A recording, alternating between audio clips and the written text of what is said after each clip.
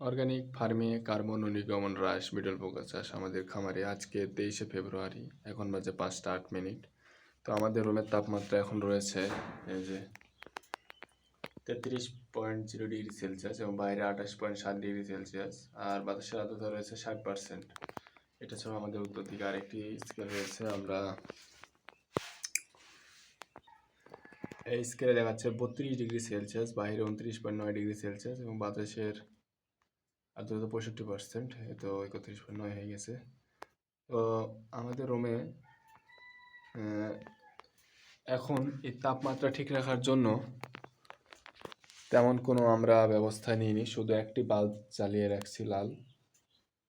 সেটার কারণে অথবা বাইরে রোদ হচ্ছে যেহেতু আজকে, কিন্তু আমাদের বাইরে এখন রোদের তাপ একটু বাড়ছে, তো সেই কারণে আমাদের রুমের তাপমাত্রা এখন ঠিক রয়েছে। এখন আমরা কোনো কিছু চালাইনি, রুম হিটার দিইনি, কোনো ইনফ্রারেড বাল্ব জ্বালাইনি। তারপরেও আমাদের রুমের তাপমাত্রা এখন বেশি আছে, কারণ বাইরে রোদ আছে, রোদের তাপটা ভিতরে শুষে নিয়ে বাইরে আর বের হতে পারতেছে না, সেজন্য আমাদের রুমের তাপ এখন ঠিক রয়েছে।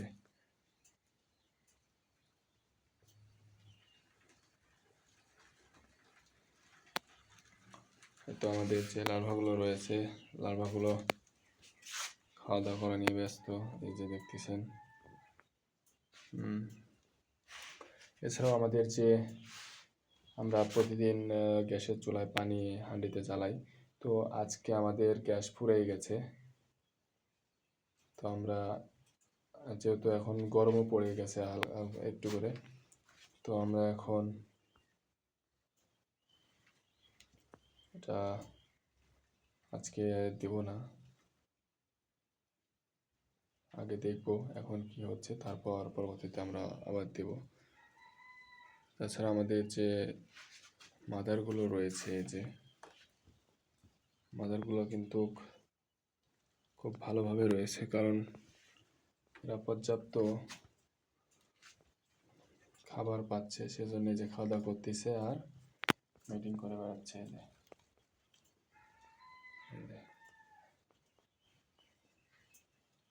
আর আমাদের রুমের তাপমাত্রা যেহেতু ঠিক রয়েছে, সেই জন্য সবগুলো ঘোরাফেরা করতেছে, খাওয়া দাওয়া করতেছে, মিটিং করতেছে।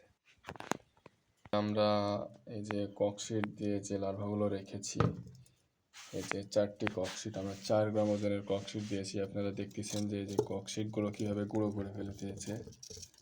এই যে সব ককশিটগুলো একদম গুঁড়ো করে ফেলেছে।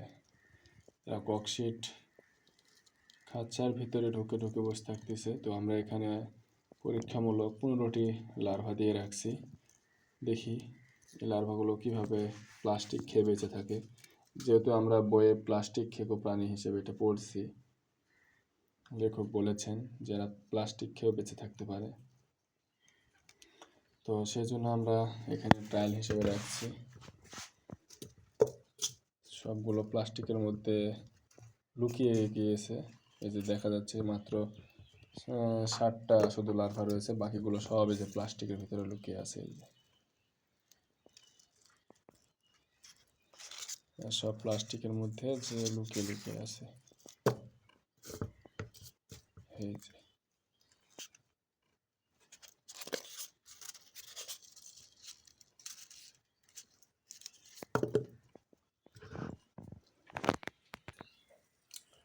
এখন আমরা এই যে আমাদের খামার সম্পর্কে লেখা কার্বন নির্গমন হ্রাস, অর্গানিক ফার্মিংয়ে বিটল পোকা চাষের গুরুত্ব, এই বই থেকে আমাদের আজকে আলোচ্য বিষয়ে 38 পেজে। তো আমরা আজকে পড়ব হচ্ছে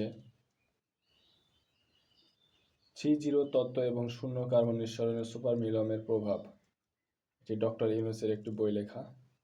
তো আমরা সেটি পড়ব। কার্বন এমিশন 3.0 বলতে সাধারণত ডক্টর মোহাম্মদ ইউনুসের 3.0 তত্ত্ব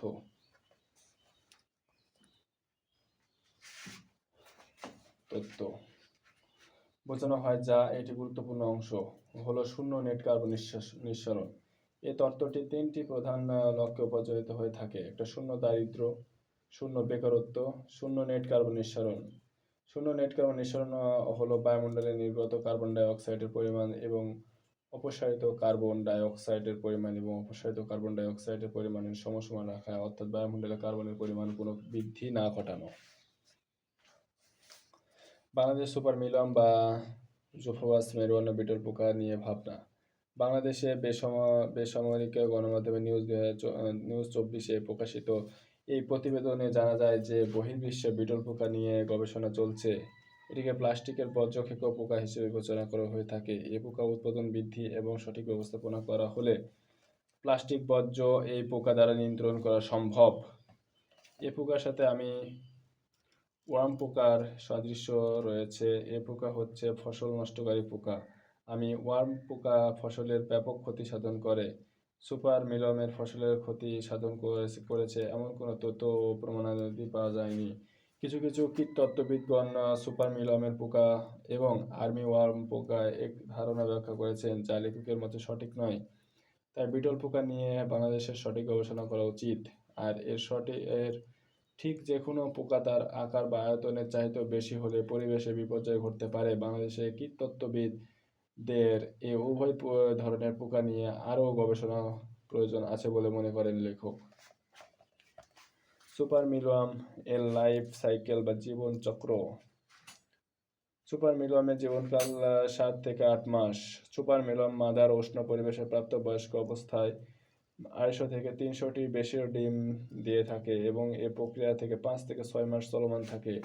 এই ডিমগুলো এর মাদার থেকে 10 থেকে 12 দিন পর আলাদা করে ফেলতে হয়। এই ডিমগুলো আকারে এতই ছোট যে খালি চোখে দেখা যায় না। তবে বিটল মাদার পোকা হতে গমের ভুসি 10 দিন পর পর আলাদা করলে গভীরভাবে লক্ষ্য করলে বোঝা যায় যে গমের ভুসির মধ্যে সূক্ষ্ম নাড়াচড়া বা মুভমেন্ট লক্ষ্য করা যায়। তা দেখে বোঝা যায় যে এর মধ্যে লার্ভা রয়েছে। 10 দিন পর যেহেতু ব্যাচ তৈরি করা হয় তাই এখানে একদিনের লার্ভা থেকে আবার 10 দিনের লার্ভাও থাকে। এই লার্ভা যেগুলো বয়স 10 দিন সেগুলো 1 ইঞ্চি প্রায় 10 ভাগের 1 ভাগ হয়ে থাকে। এগুলো খালি চোখে দেখা যায় না। এই লার্ভা ধীরে ধীরে বড় হয় 90 দিন 3 মাসের মধ্যে ছবিতে দেখানো অনুযায়ী অ্যাডাল্ট লার্ভা পরিণত হয়। এই যে এখানে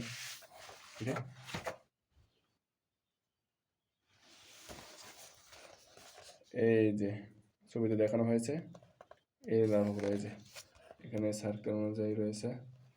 তো এগুলো বলা হয়েছে এটা আপনারা দেখতে পাচ্ছেন।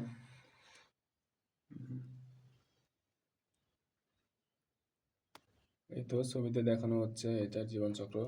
একটা লার্ভা পোকার এই যে এখানে দেখানো হচ্ছে।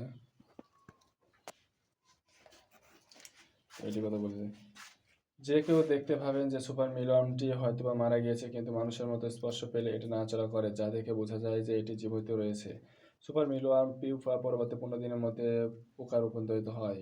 প্রথম 5 দিন এই পোকা গায়ের রং সাদা থাকে। দ্বিতীয় ধাপে 5 দিন এর গায়ের রং বাদামি থাকে। তৃতীয় ধাপে 5 দিন খয়েরি রং ধারণ করে। চতুর্থ ধাপে এর গায়ের রং সম্পূর্ণ কালো ধারণ করে থাকে। কালো রং ধারণ করার পর এর মৃত্যু পর্যন্ত এ পোকার রং একই থাকে, যার কোনো পরিবর্তন হয় না। বিটল পোকার পরবর্তী ধাপ পিউপা। 3 মাস বয়সী বিটল লার্ভাকে অভুক্ত অবস্থায় 15 দিন আলাদা রাখলে এই ধরনের পিউপা জন্ম নেয়। এই যে এখানে দেখানো হয়েছে এরকম পিউপা রূপান্তরিত হয়। এ ধরনের পিউপা হওয়ার পর 15 দিন পর্যন্ত দেখতে অনেকটা মৃত অবস্থায় থাকতে পারে। এই অবস্থায় শেষে কোনো নাড়াচাড়া করে না, তবে হাত দিলে স্পর্শ করলে চিংড়ি মাছের মতো ছটফট করে ওঠে। এই অবস্থায় পিউপা তার গায়ের খোলস ফেলে দেয়, যা দেখতে অনেক ইঁদুরের বিষ্ঠা বা মরা পোকার মতো মনে হয়। এগুলো সম্ভব হলে পিউপার পাত্র হতে আলাদা করে একটি পাত্রে গুঁড়া করে মাছ ও মুরগির খাবারের সাথে সরবরাহ করা যেতে পারে। পিউপার প্রথম স্তরে গায়ের রং অনেকটা সাদা কালারের হলেও পরে ধীরে ধীরে রং বদলাতে থাকে। সাদা থেকে বাদামি, বাদামি থেকে খয়েরি রঙে রূপান্তরিত হয়। এরপর এর ডানা সাদা রং তার কিছুদিন পর ডানা খয়েরি রং ধারণ করে। খয়েরি বর্ণ হতে চূড়ান্ত পর্যায়ে কালো বর্ণ ধারণ করে, যা মাদার বিটল পোকা নামে পরিচিত। অনেক বিটল পিউপা এই ওয়ান টাইম কাপের মধ্যে আইসোলেশন অবস্থায় রাখলে পিউপা হতে মাদার করার জন্য। আবার কেউ কেউ ছবিতে দেখানো পিউপা হওয়ার পর সমস্ত পিউপাকে গরমে ভুসির মধ্যে রেখে দিয়ে থাকে, তবে কোনোটি সঠিকটা সুনির্দিষ্ট জানা যায়নি।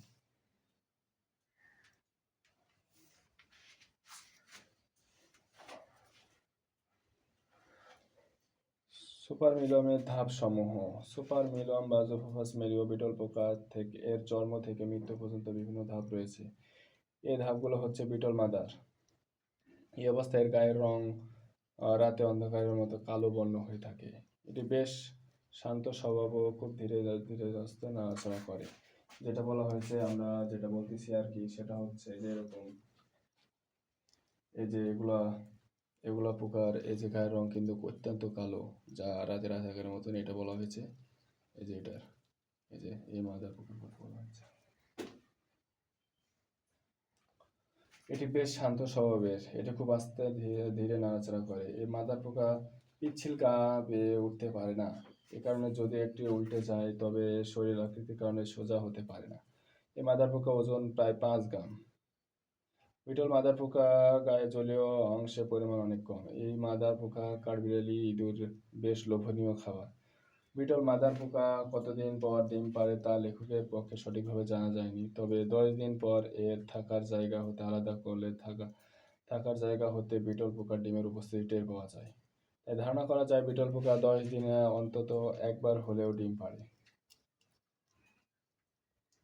লেখকের ধারণা বিটল পোকা 2 থেকে 3 দিন পর ডিম পেড়ে থাকে। এটি বিটল মাদার পোকা কয়েকটি ডিম পাড়ে তা নিয়ে সঠিক ধারণা পাওয়া যায়নি। কেউ বলে থাকে 75 থেকে 100টি ডিম পাড়ে থাকায়, আবার কেউ বলে 100 থেকে 200টি ডিম পাড়ে। বিটল পোকা নিয়ে কোনো উন্নত গবেষণা আজ অবধি করা হয়নি বলে লেখক মনে করে।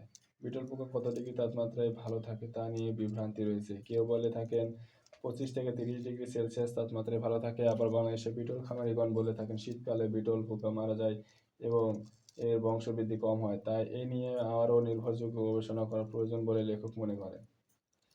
লেখক 1 বছর ধরে গবেষণা চালিয়ে যাচ্ছে। তিনি মনে করেন 28 থেকে 32 ডিগ্রি সেলসিয়াস তাপমাত্রায় বিটল চাষের জন্য উপযোগী এবং 55 থেকে 65% আর্দ্রতার জন্য আদর্শ। তাই গ্রীষ্মকালে এর উপাদান অব্যাহত থাকে। আর শীতকালে বাংলাদেশের মতো আবহাওয়া জলবায়ুতে আর্দ্রতা বাড়ানোর জন্য বিটল পোকা খামারের নিচে মোটা কাপড় বা কম্বল বিছিয়ে আর্দ্রতা নিশ্চিত করে থাকে। তাপমাত্রা আদর্শ মাত্রা নিশ্চিত করার জন্য ঘরের যাবতীয় ছিদ্র বন্ধ রাখেন। এভাবে তাপমাত্রা ধরে রাখেন। সঠিক তাপমাত্রা রয়েছে কিনা তা বোঝার জন্য তিনি থার্মোমিটার এবং আর্দ্রতা মিটার ব্যবহার করে থাকেন এবং অনুকূল পরিবেশে বিটল পোকা মাদার 10 দিনের মধ্যে লার্ভা তৈরি করে এবং 90 দিনের মধ্যে বিটল অ্যাডাল্ট লার্ভা পরিণত হয়।